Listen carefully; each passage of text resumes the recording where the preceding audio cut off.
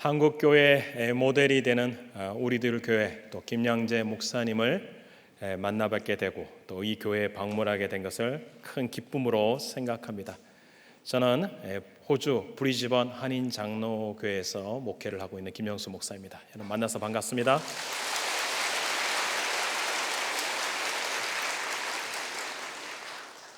지난 4월에 목사님 방문하셔서 띵크 세미나로 저에게 큰 은혜를 주셨는데, 개인적으로는 제가 대학교 1학년 때부터 했던 큐티 책을 큐티인으로 올인하게 되었습니다. 교회는 모든 세대가 큐티인으로 교체를 하게 되었고요. 청년들이 새벽마다 20명이 정도 청년들이 매일마다 새벽 기도를 나와 큐티를 하는데, 큐티 나눔을 2시간씩 해요. 그래서 직장에 늦어지는 해프닝들이 벌어지고 있어요. 또 우리 아이들이 학교에 약간 늦어진대요. 이유가 뭐냐면 엄마 나 큐티 해야 돼. 그러면서 학교에 아침에 좀 약간 늦게 가는 일들이 있다고 합니다. 그러면서 이혼의 위기에 있던 가정들이 좀 살아나고요. 또 교회와 가정들이 중수되는 것을 보면서 저는 우리들 교회와 김양재 목사님이 하시는 모든 사역을 통하여 이민교회뿐만 아니라 우리 한국교회도 살아나는 역사가 있는 줄 믿습니다. 그래서 뭔지 몰라도 이 우리들 교회의 성도님들을 보니까 큐티를 하시니까 굉장히 뷰티해 보이시는 것 같아요. 그래서 우리 옆에 분하고 이렇게 인사할까요? 큐티 하시니 뷰티해 보입니다. 또 와보니까 굉장히 부티나 보이는 분들이 많아요. 큐티 하시니 부티나 보입니다. 이렇게 인사할까요? 큐티 하시니 부티나 보입니다. 이 뷰티라는 단어에 영어에 T가 있죠. 그래서 아무리 잘나고 돈 많아도 티 없는 인생은 없습니다. 그래서 제가 깨달은 것은 하나님이 인생이라고 하는 무대에서 큐 하실 때 티 없이 사는 게 큐티라고 저희는 정의를 냈습니다. 예. 하나님께 영광 돌립니다. 그리고 여러분 사는 동안 예수님이 구원자라고 티내며 사셔야 됩니다. 이것이 바로 큐티하는 교회와 성도의 삶이 아닐까 생각이 듭니다. 하나님 보시기에 티 없이 살려면 우리 힘으로 할 수 없죠. 그래서 말씀 보셔야죠. 기도하셔야죠. 또 성령의 도우심을 구해야 되는 것이 당연합니다. 그 힘 받아야 살고 그 힘으로 살아내야 우리가 견딜 수 있고 버틸 수 있는 것이 우리의 삶이 아닐까 생각됩니다. 오늘 본문을 보면 그 힘을 잃어버린 삼손의 모습을 보게 되고 또 그 힘을 다시 얻어 살아내는 힘을 볼 수 있는 삼손의 모습을 통하여 삼손의 반면교사, 우리가 닮지 말아야 될 모습과 면목을 보신 진면교사의 모습을 볼 수 있습니다. 자, 왜 삼손은 먼저 힘을 잃었습니까? 세상에 밀려 삭발을 당할 수밖에 없던 이유가 뭡니까? 기운이요, 첫째로 세상에 떠밀리면 밀리기 때문입니다. 이 19절을 다 같이 한 목소리로 같이 한번 읽어보겠습니다. 시작. 드릴라가 삼손에게 자기 무릎을 베고 자게 하고 사람들을 불러 그의 머리털을 7가닥을 밀고 괴롭게 하여 본즉 그 힘이 없어졌더라. 삼손은 오랫동안 마노아의 가정에 아이가 없던 그 가정의 천사가 하나님의 은혜로 당신의 자녀를 가진다는 축복의 메시지를 전함으로 태어난 슈퍼 히어로입니다. 태어나는 순간 오늘 성경 읽은 대로 그는 나시린으로 선택을 받습니다. 여러분 아시는 바와 같이 민수기 6장을 보면 나시린은 3가지 규약이 있죠. 첫 번째는 포도주나 독주나 포도의 소산물을 전혀 입에 대지 않는 겁니다. 먹지 말아야 됩니다. 두 번째는 죽은 시체를 가까이 할 수 없습니다. 가족이 죽어도 터치할 수 없습니다. 그리고 마지막, 머리에 삭도를 대지 않는다. 머리카락을 평생 자르지 않고 그의 인생을 살아가야 될 그런 삶의 부르심이 있다는 거죠. 한마디로 보면 세속에 물들지 않고 세상과 구별되어 살으라고 부르심이 바로 나시린의 부르심이죠. 자, 그런데 여러분 이 나시린의 소원은, 나시린의 이 부르심은 일반적으로 소원을 통해서 결정되게 돼요. 이렇게 하나님이 탁 선택이 아니로 내가 한 달 동안, 일주일 동안 나시린으로 살겠습니다 하면 여러분 그렇잖아요. 고난 주간에 좀 세상의 문화나 유튜브나 이런 걸 안 하겠습니다. 그럼 일주일 정도는 버틸 수 있는데 평생이다. 쉬운 얘기가 아닌 것 같아요. 한국에 와 보니까요, 먹고 싶은 유혹을 받는 게 너무 많아요. 그리고 한국에 오니까 이 밖에 나갈 때 옷부터 얼굴부터 신경 써야 돼요. 그냥 나가면 안 돼요. 또 너무나 새로운 게 많아요. 다 만져보고 싶어요. 그러한 세상의 문화와 구별되어 산다는 게 여러분 쉽습니까? 어렵습니까? 어려운 이야기죠. 삼손도 쉽지 않았을 것 같아요. 뭔가 좀 잘못하려면 너 나실인이야. 오늘날 보면 뭐 좀 잘못 살면 너 크리스찬이잖아. 아버지가 목사라며, 장로님이라며, 권사님이라며, 너 이러면 돼? 모태신앙이라며. 여러분 그런 말 듣고 막 힘들어하는 사람 많지 않습니까? 어렸을 때부터 다른 아이와 다른 이런 부르심 때문에 어떻게 해요? 애어른이 되는 거예요. 일명 성인 아이. 행하는 게 아니고 행세하게 되죠. 사람의 시선의 체면으로 행세하다 보니까 이 나실인의 규약, 이 세 가지에 대해서 적용을 하는 것이 아니라 적응하기 시작했어요. 조금씩 적응한 거예요. 우리도 그렇잖아요. 여러분 큐티의 적용보다는 적응하고 있다는 거예요. 큐티를 안 하면 우리들 교회에서 살아남지 못하니까 적응하고 있는 거죠. 웃으시는 거 보니까 사실인 것 같아요. 나시린으로 사는 것에 대한 이 말씀대로 이 적용이 안 되니까 어떻게 해요? 적응하는 거예요. 그러니까 적응이 안 되니까 그냥 분위기가 이러니까 적응하는 이 삼손의 모습이 어떻게 해요? 그 적응을 어디다 적응했냐? 눈이 보는 대로 가는 대로 적응하기 시작한 거예요. 적용이 안 되니까. 자신의 삶의 해방구를 딥나 여인, 가사 여인, 드릴라 같은 여인의 탐닉과 중독에 빠져서 자기 안에 있는 그 삶의 어려움들을 스트레스를 날려버리려고 그랬죠. 그러니까 현실 도피 현상이 이렇게 나타나는 거예요. 스트레스를 받으면 내가 찾는 것이, 내가 자주 가는 것이, 내가 자주 생각하는 그것이 여러분 그게 나의 영혼의 현주소예요. 하나님이면 너무 좋겠지만 그렇지 않은 것이면 그것이 나의 우상이 될 가능성이 높습니다. 바라보는 것을 여러분 가볍게 여겨서는 안 됩니다. 특히 남자분들은 보는 것에 약하죠. 보는 것에 따라 살기 쉬워요. 그래서 젊어서 있을 때는 저 예쁜 여자 자매를 만나 결혼하길 원하죠. 그 저도 제 아내를 보는 순간 가슴이 심쿵해갖고 결혼하게 되었어요. 근데 많은 분들 그렇잖아요. 나이가 들면 가슴이 뛰지 않는다, 아내를 봐도. 근데 저는 아직도 가슴이 뜁니다. 제 아내를 볼 때마다. 여러분 믿지 않으시는 표정들이신데 요사이 가슴이 더 뛰어요. 아내가 저보고 여보 나 좀 봐요 이러면 가슴이 더 뜁니다. 그 이번 주에도 큐티를 하는데 여보 삼손이 나귀 특별로 사람을 1000명 죽인 걸 어떻게 생각해요? 질문이니까 좀 약간 당황해요. 제가 그랬어요. 당신 말에 뼈가 있네. 그렇게 큐티를 하며 아내의 뼈 있는 말을, 뼈골 때리는 말을 제가 받아 넘기면서 큐티를 나눴는데요. 지금도 불꽃 같은 눈동자라 저 자리에 임재해 계시긴 해요. 제가 그래서 심장이 뛰다 보다 갑자기 좀 멈추는 같은 느낌. 얘 보면 멈추는 같은 느낌 받은데요. 예. 여러분 남성만 가슴이 뛰지 않는다는 걸 제가 한국에 와서 알았어요. 여성분들도 가슴 뛰는 일들이 많더라고요. 호주에서는 백화점을요 필요한 것을 사러 가는 곳인데 여기서 보니까 많은 여성분들이 백화점은 그냥 가는 곳이에요. 그냥 가다가 보면 우상보다 더 강력한 신상의 임재 앞에 지름신이 임해갖고 카드를 확 질러버리더라는 거예요. 훨씬 더 강력한 이 세력이 있더라고요. 한국에 와보니까요. 여러분 뭐 이것도 저것도 나는 가슴 뛸 일이 없다. 그런데 이상하게 가슴이 자꾸 뛴다. 그러니까 그런 분들은 빨리 병원에 가셔야 합니다. 이렇다 여러분 누구나 아담의 자손으로 보암직하다라고 하는 안목의 정력이 우리 안에 있다는 거예요. 이게 인간의 연약성이에요.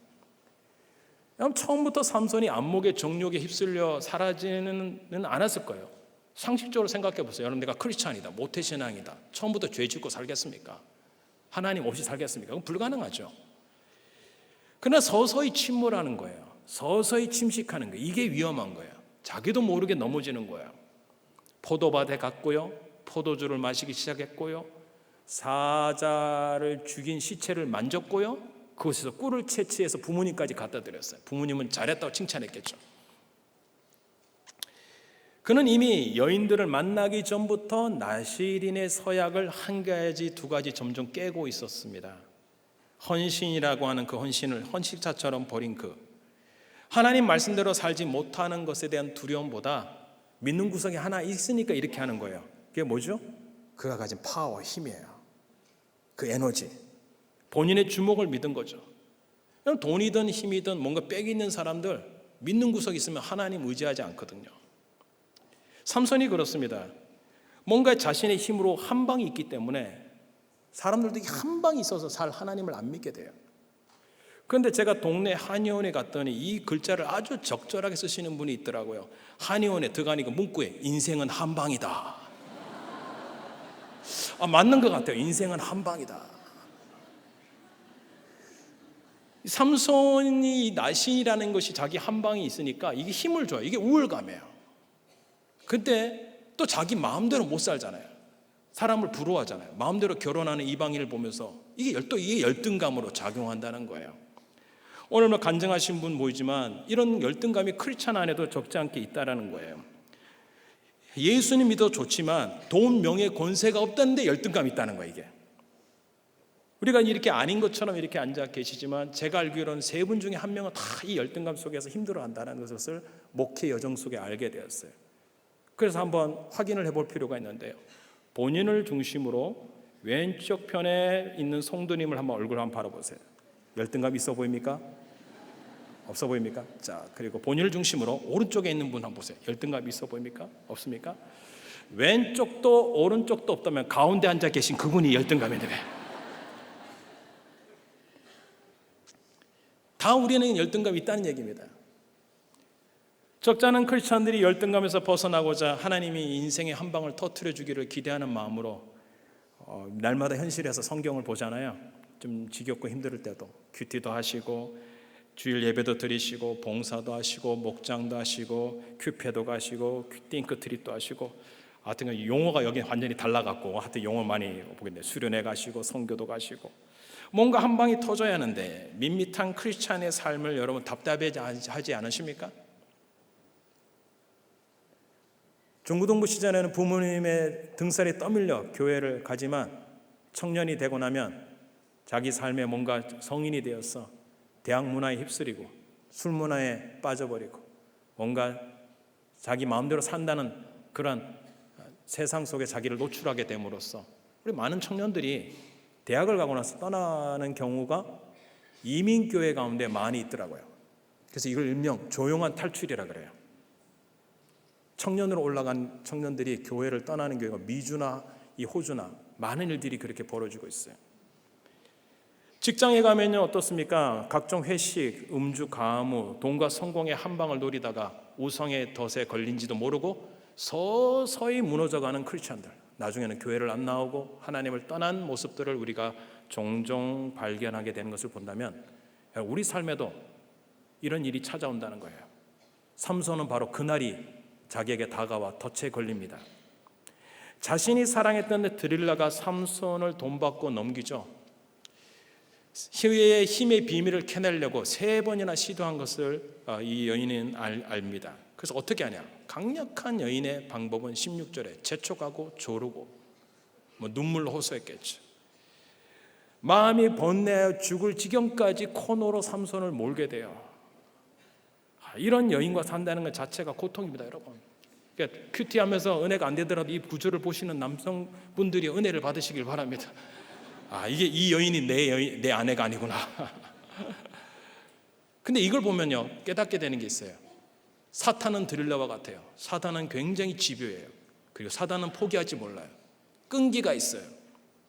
그리고 우리를 넘어뜨릴 때 다양한 방법이 아닙니다.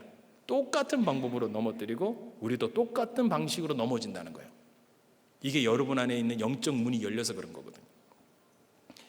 삼손이 영적으로 그것을 견딜 힘이 있었다면, 버틸 힘이 있었다면, 내면의 영적인 힘이 세워졌다면 이걸 했는데 겉만 화려한 거예요. 겉힘만 센 거예요. 내면은 허한 거예요. 영적인 힘이 밀리니 자는 동안 머리털이 밀리고 하나님 나라의 선발로 선출되었지만 여러분 그의 머리는 삭발되는 비참한 모습을 봅니다. 자, 그 순간에 어떻게 된다고 성경이 묘사하고 있습니까? 20절에 보면 드릴라가 이르되 삼손이여 벌새 사람이 당신에게 들이닥쳤느니라 하니 삼손이 잠을 깨며 이르기를 내가 전과 같이 나가서 몸을 떨치리라 하였으나 여호와께서 이미 자기를 떠나신 줄을 깨닫지 못하였더라. 자, 그는 삭발당하자 전혀 힘을 쓰지 못했다라고 성경이 표현하고 있는 것 같지만 성경은요, 삼손의 힘의 출처가 머리털이 아닌 하나님이 떠나셨기 때문이라고 설명하고 있습니다. 왜 그렇죠? 여러분, 하나님이 떠나지지 머리털이 밀렸으면 그것을 힘이 빠졌다면 첫 번째는 왜 아닙니까? 포도주 먹었을 때는 왜 힘이 안 떠납니까? 죽은 시체에 손댔는데 왜 하나님이 안 떠나십니까? 그러니까 머리털의 문제가 아니고 하나님의 임재 여부였다는 거예요. 삼손의 힘의 출처는 하나님의 동행이었죠. 그래서 삼손이 착각하는 게 있었어요. 자신의 힘이 머리털에서 나온다는 것과 동시에 말씀대로 살지 않아도 하나님은 나를 떠나지 않는다는 거짓된 안정감이라는 거예요. 이게 많은 크리스천들이 착각하는 거예요. 내가 교회를 나오니까 구원을 받았다. 맞습니까? 아니죠. 내가 교회 주일은 출석하니까 하나님이 나는 크리스찬이니까 축복하실 거예요. 그게 거짓된 안정감이에요. 그래서 교회가 세상에서 가장 안전한 곳이지만 어떤 사람은 가장 위험한 곳이에요. 왜? 은혜 받지 못하고 다니면, 구원받지 못하고 다니면 교회에 와서 행세할 수밖에 없는 거예요. 적응 중인 거예요. 변화가 없는 거죠. 삼손이 믿었던 것은 성령의 동행함이 아니라 그 자신의 머리털이에요. 머리털에 화려함을 자랑했던 그가 그것으로 수치를 당하지 않습니까? 머리털뿐만 아니라 두 눈이 뽑히고 쇠사슬에 묶이고 맷돌을 돌리는 치욕을 받는 비참한 모습, 더 이상 자기가 보는 대로 살 수 없도록 묶어두시는 하나님의 징계입니다. 저는 개인적으로 머리털이 밀림으로 저의 죄를 보고 회개한 적이 있습니다. 22년 전에 전 세계를 다니며 복음을 전하라는 하나님의 부르심을 듣고 하나님이 저와 저희 아내와 함께 영국으로 가게 하셨습니다.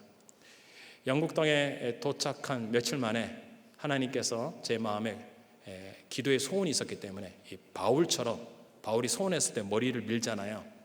그래서 때마침 가져간 바리깡, 돈이 없으니까 제가 제 스스로 거울을 보면서 화장실에서 머리를 밀었어요. 하나님 바울처럼 저를 쓰게 해달라고 그렇게 머리를 밀었는데 제가 밀다 보니까 머리가 삐뚤빠뚤한 거예요. 그래서 제가 아내 보고 여보 어때? 그러니까 안 되겠다고, 내가 좀 밀어주겠다고.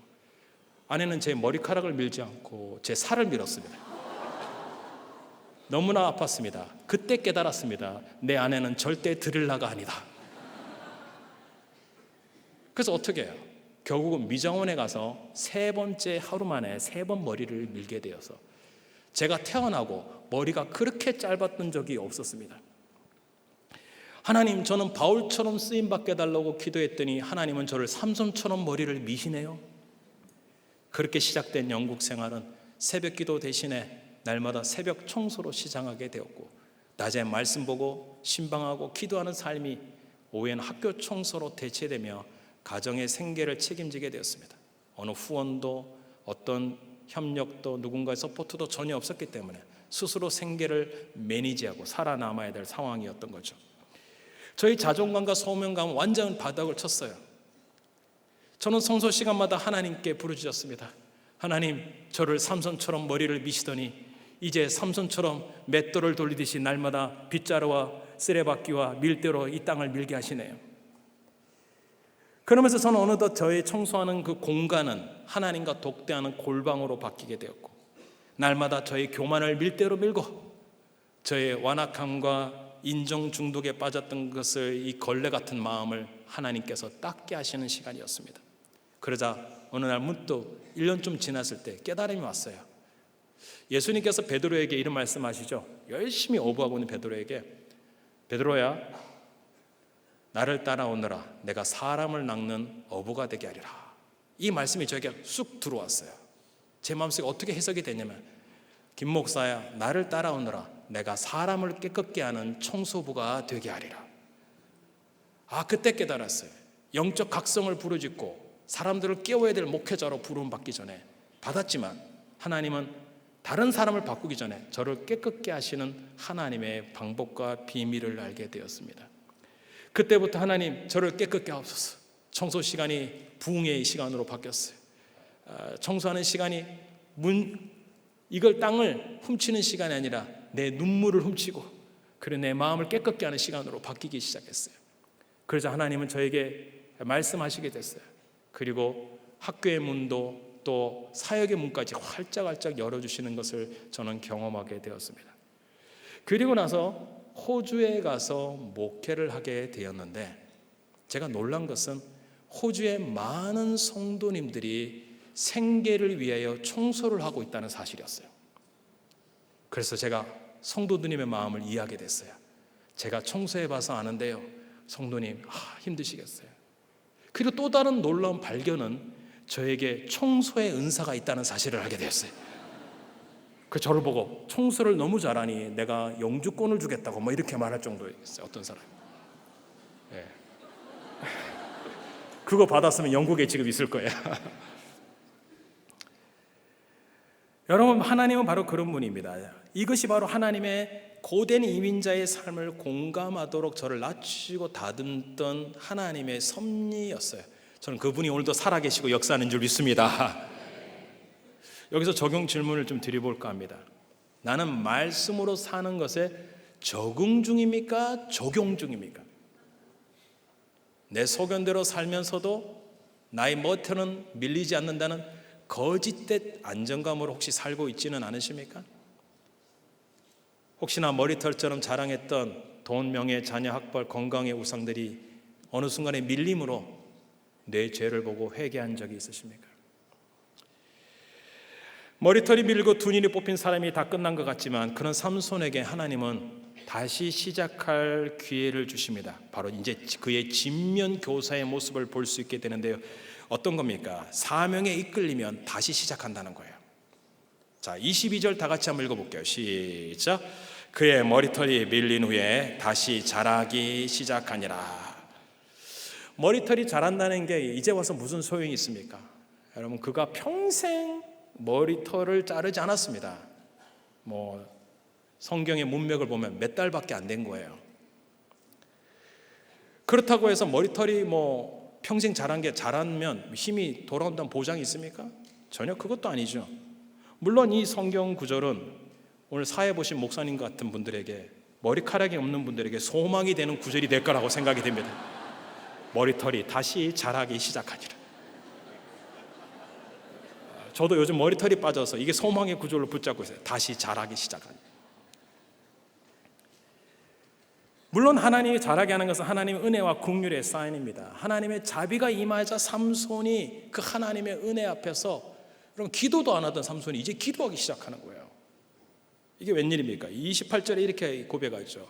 삼손이 여호와께 부르시어 이르되 주 여호와여 구하옵나니 나를 생각하옵소서. 하나님이여 구하옵나니 이번만 나를 강하게 하사 나의 두 눈을 뺀 블레셋 사람에게 원수를 단번에 갖게 하옵소서 하고.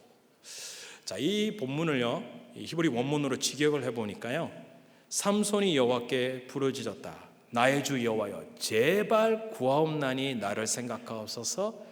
제발 구하옵나니 그 하나님이여 이번만 나로 강하게 하여 주옵소서. 이 제발이라고 하는 단어가 두 번 나와요. 강조해요. 그러니까 please, 영어에 please라는 단어 쓰거든요. 이게 영어에서 굉장히 중요한 단어예요. 아무리 몰라도 please 하면요, 이게 설득력이 굉장합니다. 그러니까 하나님께 제발 도와달라고 하는 그 부르심. 여러분, 우리도 그렇지 않습니까? 인생이 밀리면 하나님 제발 이번 한 번만 밀어주신다면, 도와주신다면 내가 헌금 잘하고 주를 위해 잘 섬기겠습니다. 그 비밀의 히든 카드를 그가 지금 내밀고 있습니다. 이번 한 번만 도와주신다면. 염치불고하고 그렇게 찾는 이 삼손의 모습. 근데 이것도요, 과거에 하나님을 만났으니까 이 고백을 한다는 거예요. 원문에 보면요, 우리가 읽었던 성경에는 안 나오지만 그 하나님이라고 정관사가 붙어요. 그러니까 히브리에서 정관사가 붙다는 것은 과거에 벌써 있었던 것을 설명하는 거예요. 삼손의 인생에서 가장 어려운 순간이 이 마지막입니까? 아니면 그 전에도 있었습니다. 20년 전 사사기 15장에 보면 그가 나귀 턱뼈로 1000명을 죽인 사건이 있었죠. 그가 1000명을 죽였다고 노래를 부르고 노스레를 떠는 순간 그가 갑작스럽게 목마름과 심한 갈증으로 죽게 되었다고 완전히 난리법석을 피웁니다. 그 순간 하나님께서 불쌍히 여기셔서 목말라 죽습니다 부르짖는 그의 모습을 궁리를 내리셔서 우물에 작은 샘을 털치게 하사 부르짖는 자의 샘 에나꼴레라고 그것을 명명할 정도로 하나님이 그에게 자비를 베푸셨죠. 자, 그런데 이러고 나서 15장 20절에 보면 이렇게 끝납니다. 블레셋 사람의 때 삼손이 이스라엘의 사사로 20년 동안 지냈더라. 여러분, 보통 사사의 패턴이 사사들이 마지막에 몇 년을 사사로 보냈더라라고 끝나게 되었어요. 만약 삼손이 여기서 끝났다면 너무나 멋있게 끝나는 거예요. 그리고 하나님께 기도하여 나귀 1000명을 죽인 용사다. 여러분, 대단하지 않습니까? 자, 그런데 오늘 읽었던 31절에 똑같이 나오죠. 그가 사서로 20년 동안을 지냈더라고 2번 반복하고 있는 것으로 보아. 여러분, 하나님은 어떤 분인지를 아시겠습니까? 하나님을 위하여 기도하고 부르짖고 그분을 위해 산 것만 카운트하신다는 뜻이에요. 그럼 우리가 하나님 앞에 섰을 때 또 세상에서 뭐 하다 왔니 물어보면 여러분 무슨 할 말이 있으셔야 되지 않으세요? 뭐라고 하셔야 돼요? 내가 주를 위해서 어떻게 살았습니다. 주를 위하여 이때 부르짖었습니다. 그 할 말 할 수 있는 인생을 바꿔놓으신 거죠. 사명을 위해서 그가 기도하는 것만 인정하셨다는 얘기입니다. 사사기 15장에 간절히 기도했던 그가 20년이 지난 고난의 변곡점에서 그 하나님을 다시 찾고 있는 모습을 보십시오. 이것은 뭐라고 표현할 수 있을까요? 그의 영혼이 다시 돌이키는 것을 우리가 한자로 표현할 수 있어요. 부흥입니다. 리바이럴입니다. 이전에 만났던 하나님을 다시 찾는 거예요. 다른 방법이 아니에요. 요즘 교회도 안 되고 삶이 어렵고 힘들고 참 세상을 보면 요지경을 치는 것 같이 보이지만 여러분 다른 프로그램이 아닙니다. 방법론이 아닙니다. 하나님께로 돌이키는 거예요. 아브라함 때 블레셋이 막았던 우물을 이삭이 다시 파죠. 그게 부흥입니다. 다시 은혜를 사모하고 부르짖고 영적 수맥을 파는 것이 바로 영적 회복의 첫 단추라고 한다면 그것이 바로 삼손의 부르짖음이라면 삼손은 이제 더 이상 개인의 목마름 때문에 부르짖고 있지 않다는 거예요. 무엇으로 위하여 부르짖자 있습니까? 바로 사명을 발견하기 시작한 겁니다. 사명이 있다면 여러분 아직 끝나거나 실패한 인생은 아닙니다. 내가 인생 실패했어. 내가 여기서 인생 끝났구나. 왜냐고요? 머리털이 다시 자라도록 주시는 하나님의 은혜가 있기 때문이에요. 그는 살았을 때보다 보세요. 죽을 때 더 많은 사람을 블레셋을 죽였다. 이게 사명이거든요. 그의 사명은 블레셋을 없애는 게 사명이었거든요. 하나님의 주권이죠. 내가 살았을 때보다 내가 죽는 그 순간에 더 큰 일을 할 수 있다는 거예요. 이때까지 내가 못 살아서 후회할 필요가 없다는 거예요. 죽는 소업이 끝나는 그 순간까지 하나님은 오늘도 우리를 사용하시는 줄 믿습니다. 다시 주시는 은혜의 힘으로 끝까지 사명을 감당한 삼손이 어떻게 끝납니까? 히브리서 11장에 믿음의 전당에 이름이 딱 올라가잖아요. 비참하게 끝난 것처럼 보이지만 믿음의 사람으로 이름이 호적이 생겨버립니다. 회복의 목적은 평안이나 행복이 아니라는 거예요. 그래서요, 하나님이 다시 힘을 주시고 살려주신다면 그것은 사명을 이루기 위한 겁니다. 많은 분들이 그런 기도해요. 하나님 살려주신다면. 그럼 주님 물어요. 뭐 하려고? 하나님 한 번 도와주세요. 뭐 하려고? 사명입니다. 나의 목마름을 위해서만 기도했다면 이제는 바뀌어야 되죠. 이웃과 가족과 교회와 나라와 민족을 위해 우리가 사명을 감당해야 합니다. 예수님은 겟세마네 동산에서 사명을 감당하기 위하여 땀방울이 핏방울 같이 떨어지는 간절한 기도로 애쓰셨잖아요. 그 예수님이 당당하게 십자가의 길을 걸어가셨으면서도 예수님이 그 십자가상에서 내가 목마르다 그 부르짖음에 하나님은 외면하셨습니다. 하지만 오늘 삼손에 주님 목마릅니다 답변하신 하나님, 나의 하나님 나의 하나님 어찌하여 나를 버리셨습니까? 라고 엘리엘리 라마 사박들이 부르짖는 예수님의 그 간절한 부르짖음을 외면하신 하나님은 주여 한 번만 도와달라고 부르짖는 삼손의 부르짖음에 응답하고 계십니다. 삼손과 예수님 비교됩니까? 삼손은 사사고 예수님은 하나님의 독생자 아들인데요. 왜 하나님은 아들이신 예수님의 절규와 목마름을 또 듣지 않으시고 그를 버리신 것입니까? 왜 십자가에 달려 죽게 만드셨습니까? 그 하나의 이유가 있다면 바로 우리들 때문입니다. 이 땅에 계셨을 때보다 그분이 죽으심으로 더 많은 사람들을 구원하기 위하여 십자가의 사명의 길을 걸어가신 것이 아닙니까? 그분은 거기서 끝났나요? 십자가에서 죽고 부활하심으로 사망과 죄의 권세를 깨뜨리시고 지금도 오늘도 살아계셔서 누구든지 저를 믿는 자마다 멸망치 않고 영생을 주시는 하나님의 은혜가 있는 줄 믿습니다. 그래서 여러분, 예수님이 죽으심으로 누구든지 그분 앞에 나와 믿기만 하면 된다는 거예요. 여기서 적용 질문을 드려봅니다. 지금 나와의 상황이 삼손이 부르짖었던 그 하나님의 이름을 찾을 때가 아닙니까? 나는 나의 목마름 때문에 기도합니까? 아니면 사명을 이루기 위해 기도하십니까? 다시 힘을 주신다면 내가 진정으로 눈이 떠야 될 것은 나의 사명은 무엇입니까?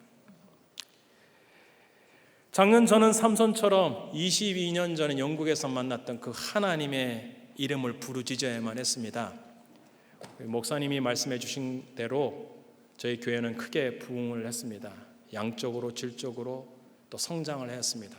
또 교회는 선교적인 교회로 나아가고자 담임 목사님 저부터 선교 현장을 부지런히 다녔습니다. 때마침 네팔에서 현지인 목회자 부부 세미나를 하고자 저희 아내와 같이 함께 가서 그 선교 집회를 3월 달쯤에 하게 되었는데요.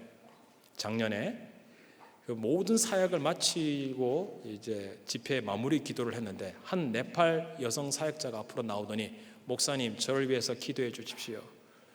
그래서 저와 제 아내가 간절히 기도를 했습니다. 근데 그 무엇을 위해서 기도를 부탁했냐면 자기가 유방암에 걸렸다는 거예요. 그걸 낫게 해달라고 간절히 기도했어요. 근데 기도를 마치자마자 제 아내가 자기가 한국에 가서 유방암 검사를 좀 받아야 되겠다. 그래서 제가 그랬어요. 당신 호주에서도 뭐 확인했는데 저 이상 없었는데 왜 그러냐고.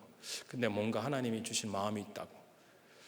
그래서 선교 일정이 하루가 줄어들어서 한국을 경유해서 호주로 돌아갈 수 있었기 때문에 여기에 월요일날 비행기로 도착하고 월요일날 오후에 은혜 병원에 가서 검진을 받게 되었습니다.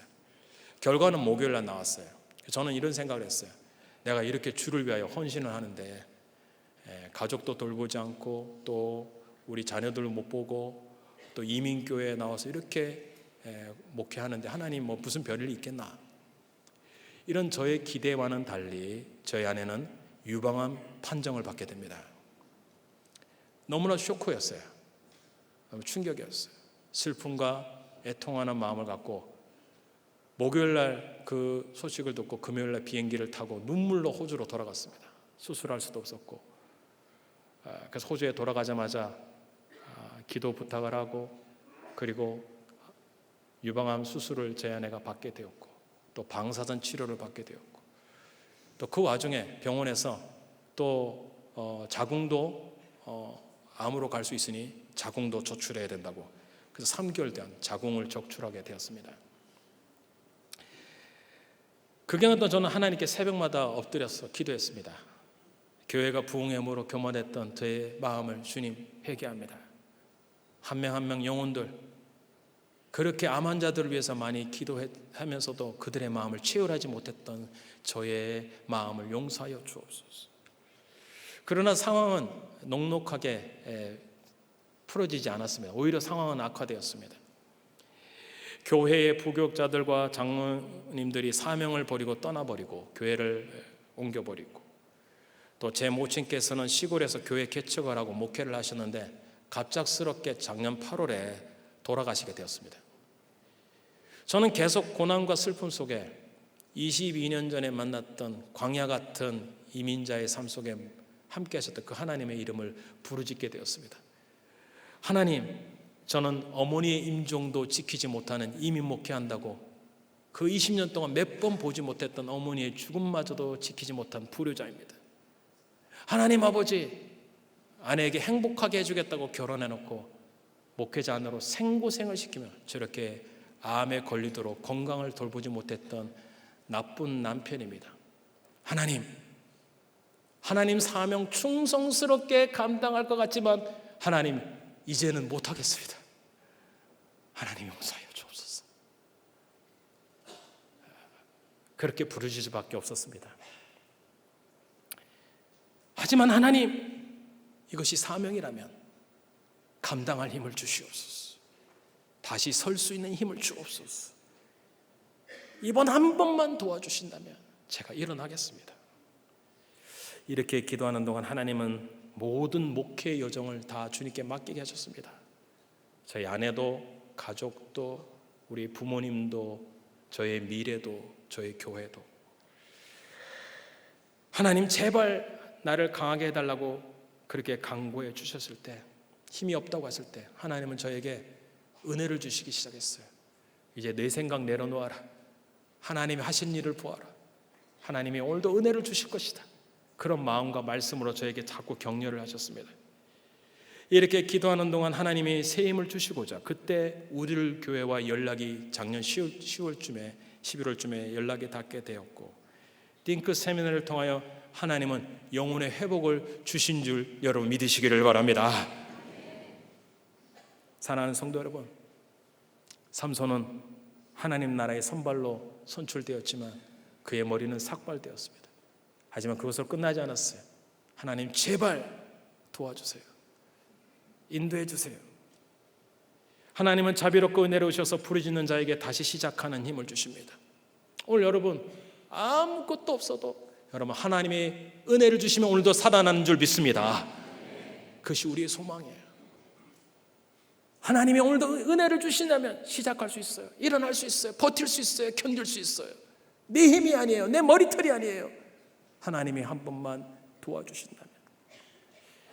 바로 하나님은 삼손처럼 머리털처럼 밀려버린 우리 가정, 교회, 국가에 다시 시작하는 힘을 부어주실 수 있을까요? 가능합니다. 오늘도 하나님의 은혜가 임하면 부흥이 일어날 줄 믿습니다. 그 소망과 소원을 가지시고 다시 살려주옵소서, 부흥케 하옵소서. 오늘 그렇게 부르짖음으로 은혜의 힘을 받아 충만함으로 살아나시는 성도 여러분 되시기를 예수님의 이름으로 축복합니다. 아멘.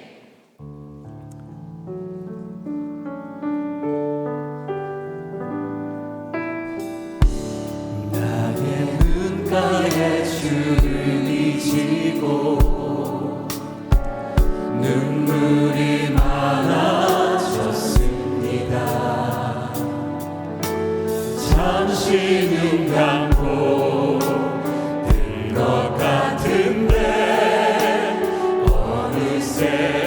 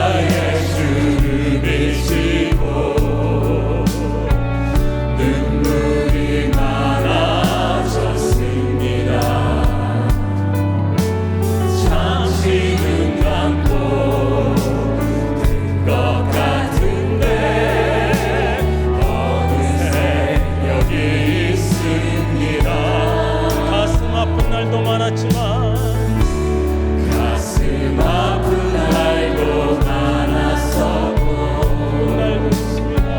기쁜 날도 있었습니다. 짧은 여정을 뒤돌아보니 하나님의 은혜입니다. 하나님의 은혜입니다.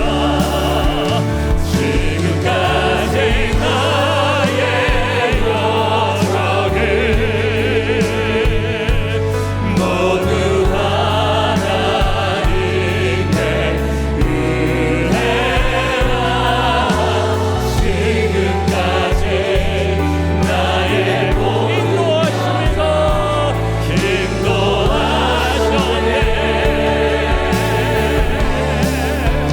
나의 남은 모든 여정을 모두 하나님께 맡기리라. 나의 모든 삶 마치는 날까지 지금까지 나의 여정 두 손 들고 찬양합니다. 지금까지 나의 여정을 모두 하나님께 은혜라.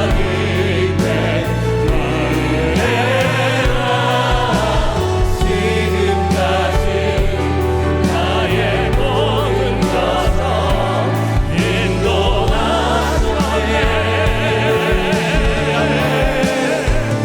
나의 남은 모든 여정을 모두 하나님께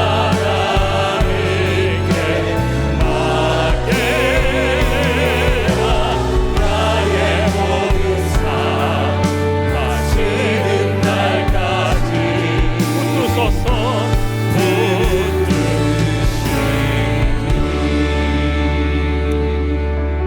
기둥을 의지하는 마음으로 다 두 손을 높이 드십시오. 주님 의지합니다. 주님 항복합니다. 주님 붙잡습니다. 우리 삶에 어떤 고통과 고난으로 우리 삶이 밀려질지라도 이 시간 주님 의지할 때 다시금 새 힘을 부어 주시옵소서. 살아나게 하여 주시옵소서. 돌이키게 하여 주시옵소서. 그래서 하나님 아버지여, 우리 인생의 마지막이 그냥 거무하게 끝나지 않고 사명의 눈을 뜨게 하여 주시옵소서. 우리 한번 지어 외치고 통성으로 기도하겠습니다. 주여.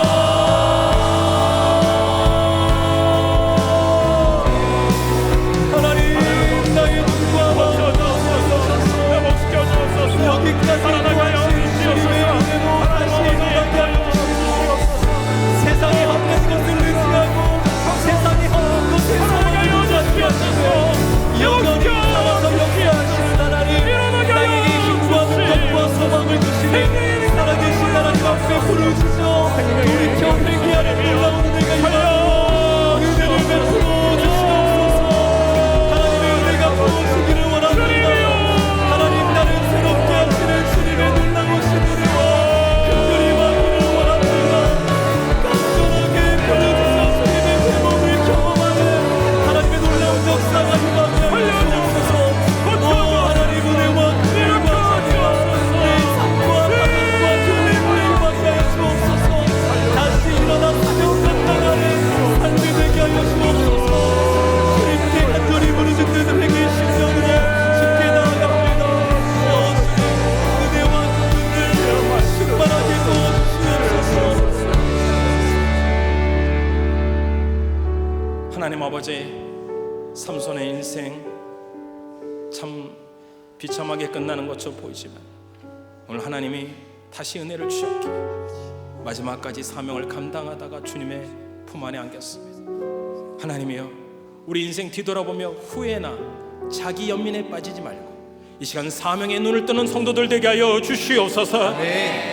하나님이 다시 은혜를 주신다면 오늘도 소망이 있는 줄 아오니 주여, 교회와 우리의 가정과 이 땅을 살려 주시옵소서.